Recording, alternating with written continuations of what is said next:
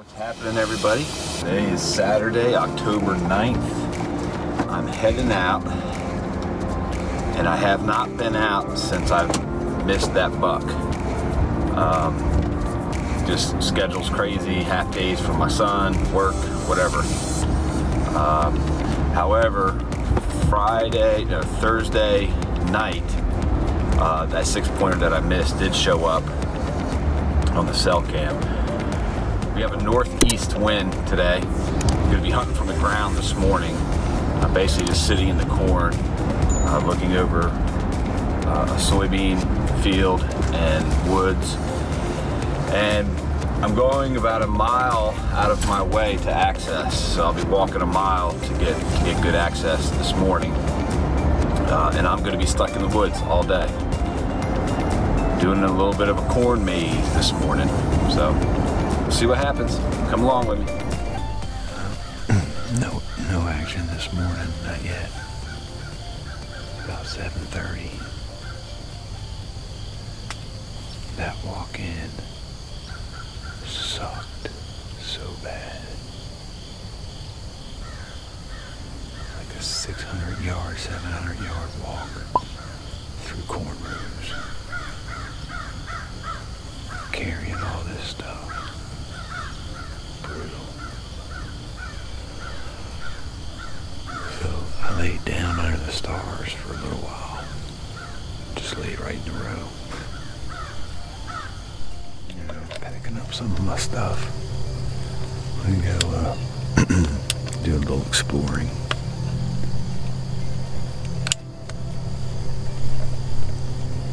And then get set up for the afternoon.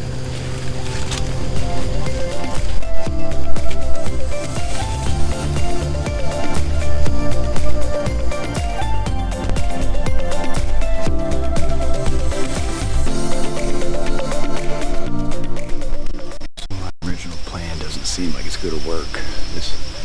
The wind isn't cooperating, so I'm just eating some lunch and putting a plan together.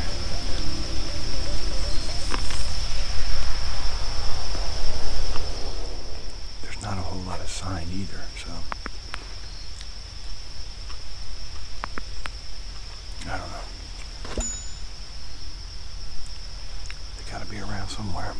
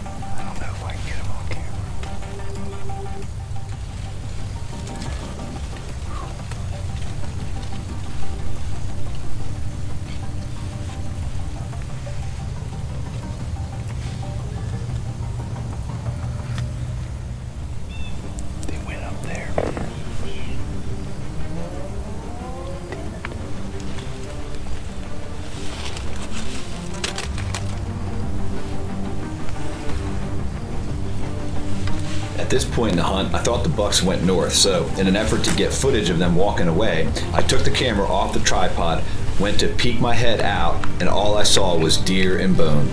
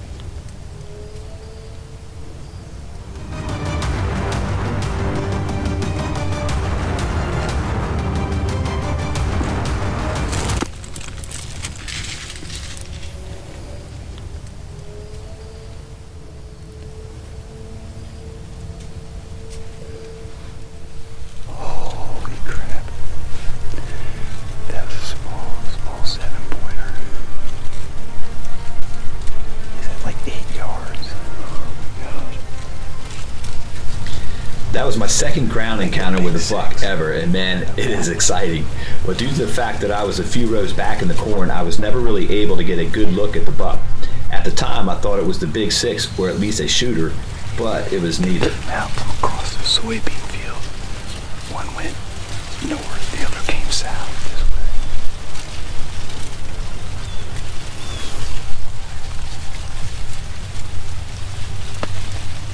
I don't know if that six will come back, or the big six. I don't know if he'll come back.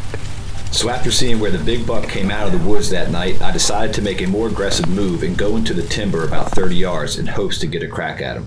The reason why I consider this aggressive is because I have prior knowledge of where bucks bed, and this setup is within 65 yards of that bedding area.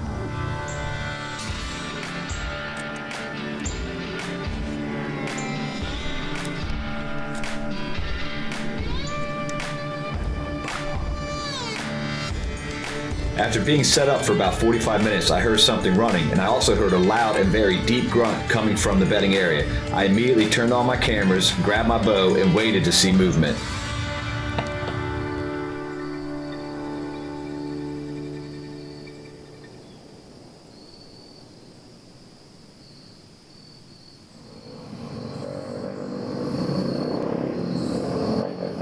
I'm sure you can hear those four-wheelers in the background, and if you listen real close, you can hear a car accident happen right about...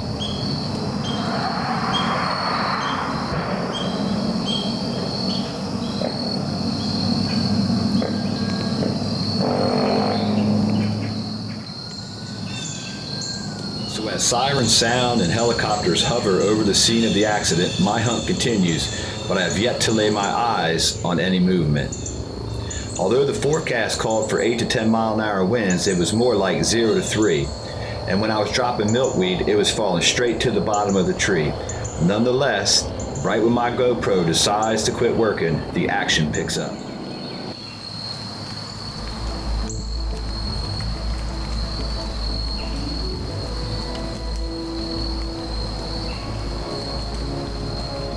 This buck is approaching from my weak side. Since I anticipated the movement to come from my weak side to my strong side as he went out into the field, I intentionally left branches up in the tree for cover.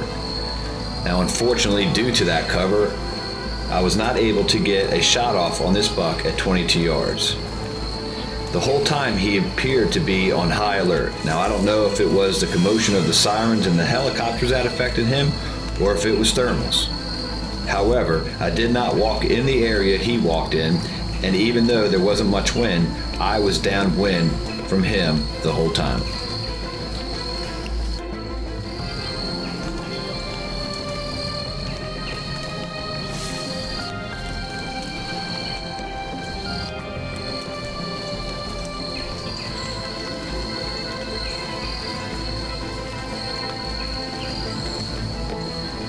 As you can see, there was something he didn't like. But the good news is he didn't blow out of there. In fact, moments later he was hanging around with a doe about 60 yards away from my stand.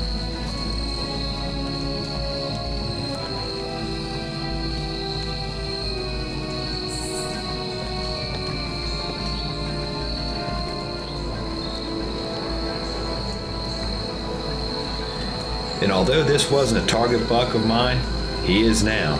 If I'm blessed to get another encounter with him, I'll be drawing back my bow and letting one fly.